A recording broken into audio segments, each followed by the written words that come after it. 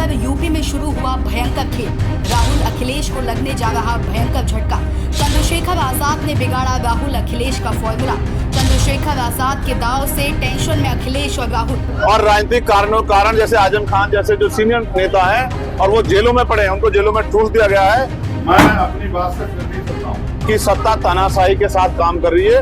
अगर उसके अंदर हिम्मत हो तो सवाल इसलिए उत्तर प्रदेश में भारतीय जनता पार्टी को इस बार हार का सबक मुंह देखना पड़ा। क्या देश एक ही धर्म का है तो धर्म के लोगों की इज्जत नहीं है। दोस्तों, यूपी में होने वाले उपचुनाव को लेकर बड़ा भयंकर खेल होने जा रहा है।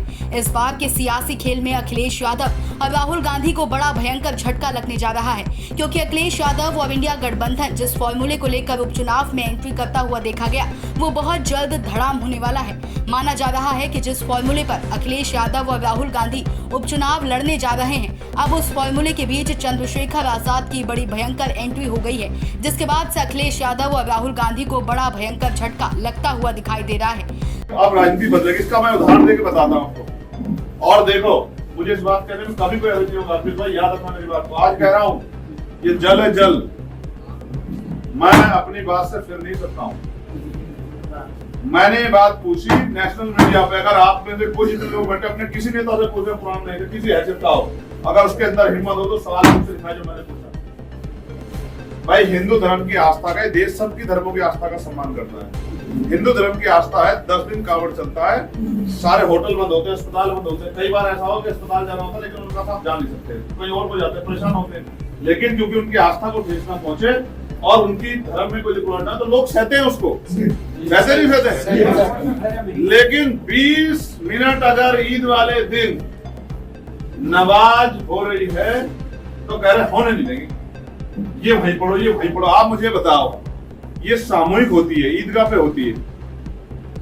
नगीना से सांसद बनने के बाद चंद्रशेखर आजाद अब मुसलमानों के मुद्दे पर खुलकर चीख रहे हैं, चाहे वो सड़कों पर नमाज का मुद्दा हो या फिर अल्पसंख्यकों पर अत्याचार। भीम आर्मी चीफ चंद्रशेखर आजाद सांसद बनने के बाद संसद से सड़क तक इन मुद्दों पर मुखर उठे हैं, जिसकी चर्चा भी खूब हो रही है।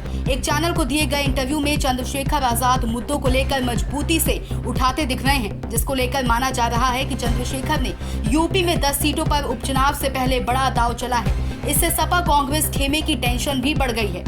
तो सब लोग इकट्ठा होते हैं तो कह रहे नहीं, करने नहीं देंगे, करने नहीं देंगे, ये हो जाएगा, वो हो जाएगा। तो क्यों? ये क्या है? देश एक ही धर्म का है? क्या दूसरे धर्म के लोगों की इज्जत नहीं है? क्या उनका सम्मान नहीं? उनकी कोई इज्जत नहीं है? क्या उनका कोई आस्था नहीं है? तो सब नहीं जानते ये बात गलत है, लेकिन किसी की हिम्मत नहीं है। किसी को बुरी लगी, हिंदू धर्म के किसी व्यक्ति को बुरी लगी ये बात। अगर 20 मिनट उनकी नमाज के लिए व्यवस्था हो जाए, 20 मिनट को अगर रास्ता बदल जाए, किसी को बुरा लगेगा। और अगर कोई कहता हो हिंदू धर्म को मानने वाला व्यक्ति कि भाई मैं इससे सहमत नहीं, तो वो भी अपने धर्म के साथ नहीं है। क्योंकि अगर उनका मजहब ये सिखाता हो कि किसी दूसरे को परेशान करके या उसको पीड़ा देकर खुश हो, तो ये मैं नहीं मानता इस बात को।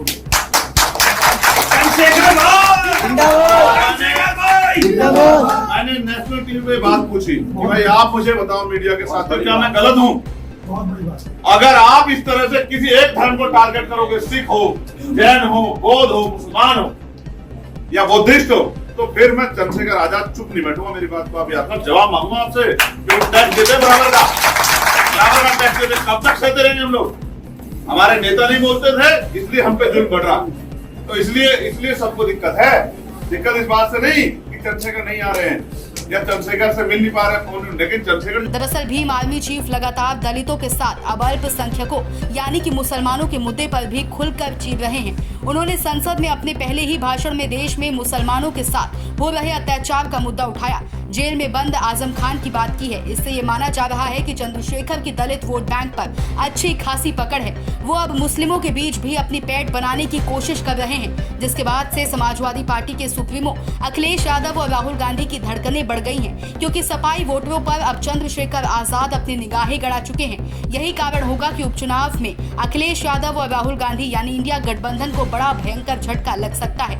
फिलहाल लोकसभा चुनाव जीतने के बाद अब चंद्रशेखर आजाद यूपी की 10 सीटों पर होने वाले उपचुनाव की तैयारियों में जुटे हुए हैं। Bureau report, DK Tripathi. Subscribe करें साम टीवी, क्योंकि हम आ गए हैं अब आपके बीच, दिखाएंगे सत्ता के वादों और अपराधियों के एक एक कारनामे की हकीकत। और हाँ, अगर आपके पास भी हो कोई ऐसी खबर तो कमेंट करके हमें बताएं, क्योंकि बिना डर और दबाव के हम दिखाते हैं हर एक खबर डंके की चोट पर।